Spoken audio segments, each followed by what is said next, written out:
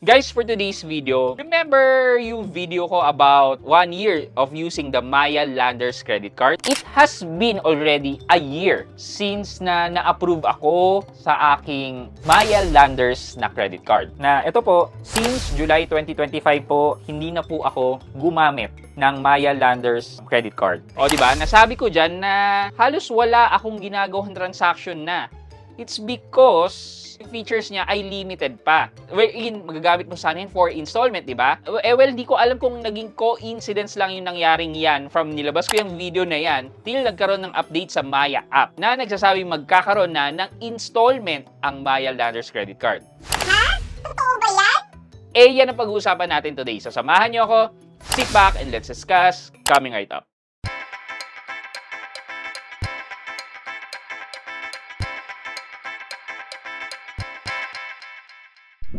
Hi guys, this is Pat and you're in Pat Quintos Review TV. So if you're new here in my channel, I do reviews about personal finance na meron akong experience or meron na akong knowledge na ginawa ko na yun ng videos and playlist na makikita nyo dito sa taas. At kung bago ka dito sa channel ko, you may want to consider subscribing to my channel. Well, totoo ba to? Totoo ba tong ano? Right now, we cannot 100% say, but based from this update nga, from the app itself, lumabas na po yan. Itong bagong update na to will contain the installment feature nga daw. But before we go to the app to check, well, ano bang meron dito? Okay, based dito sa update history ni Maya, ito, nakalagay, credit card installment have arrived with mini payments. Make any big purchase instantly smaller and more affordable right on the app. No promos or forms needed. Just select transactions you'd like to convert into mini payments. Choose payment plan of up to 12 months and enjoy the interest rate of as low as 1%. Mini payment is available for both Maya Black credit card and Landers Cashback Everywhere credit card. Update the app and enjoy. Guys, baka pwede naman kayo mag-subscribe and follow dito sa aking mga social media channel. Dito po sa YouTube, Facebook, TikTok, and even Instagram. So please follow and support. Okay, so medyo i-dissect lang muna natin itong information na nakuha dito. Unang-una sa lahat, magkakaroon na nga daw ng installment wherein you can convert yung purchases mo daw into installment na up to 12 months. Meaning, hindi siya yung direct na installment purchase sa mga merchants. So, ang mangyayari dito is, kunyari may pinurchase ka malaki as straight payment. Kunyari, bumili ka ng iPhone na naka-straight yan. Tapos, pagdating sa'yo sa app, pwede mo siyang i-convert into installment. Meron ng mga ganitong features ang mga credit card talaga.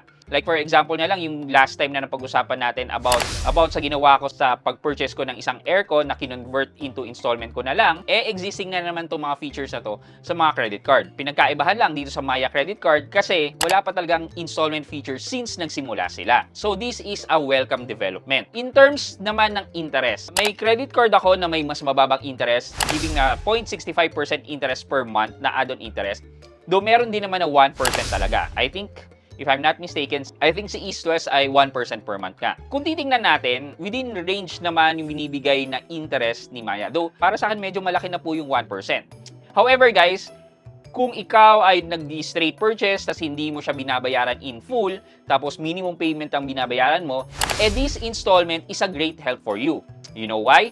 Because instead of paying 3% interest sa straight purchases mo, dahil nga minimum lang binabayaran mo, mas makakatipid ka sa 1% interest and divided pa siya dun sa tenure na pipiliin mo na up to 12 months. Ang problema nga lang dito is that yung purchase na binili mo isahatiin sa 12 plus the interest, mas malaki ang magiging minimum payment mo every month because yung minimum payment mo will be a combined due coming from your straight purchases na ginacharge siya ng 3%, and yung installment mo, na-charge naman ng 1%.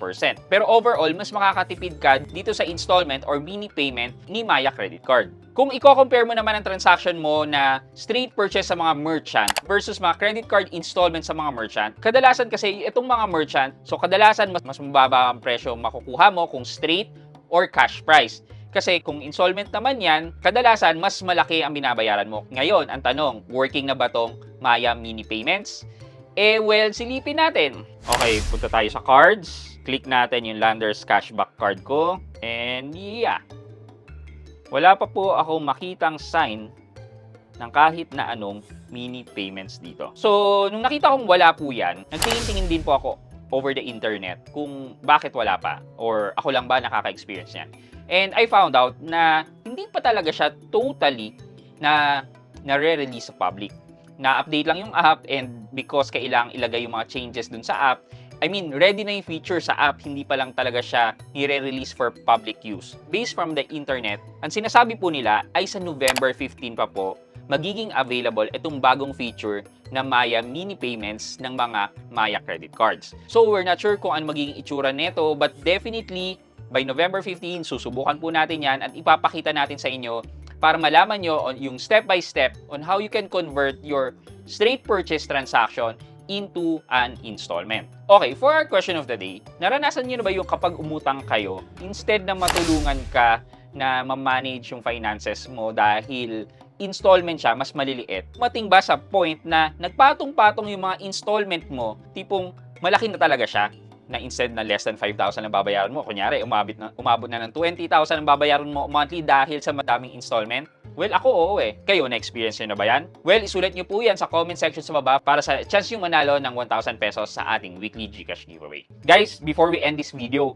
malapit na po tayo mag 200,000 subscribers. And that is the next milestone na I'm aiming to reach. And based po dito sa analytics ko, mas marami pa rin po talaga ang nanonood sa akin na hindi nakasubscribe. Sana po tulungan nyo po ako ma-reach ang aking 200,000 milestone na subscribers. And once we reach the 200 milestone subscribers, magkakaroon na naman po tayo ng pa-cellphone giveaway or cash giveaway. Ano po bang mechanics nito? Well, kailangan nyo lang po sumagot ng question of the day natin, and then basically from this video na to, moving forward until we reach the 200,000 subscribers, mamimili po ako dito ng lucky winners ng either cellphone giveaway natin or 10,000 pesos in cash. So ano pa po ba ang hinihintay nyo? Di sumagot na po kayo ng question of the day natin dito po sa comment section sa baba. Yun lamang po for today's video, but before we end this video, mag-shoutout po muna tayo at shoutout kay Mila Grace Silabay at Mila Grace Silabay 3984. Ang sabi po niya, "Hi, shoutout watching here in Middle East."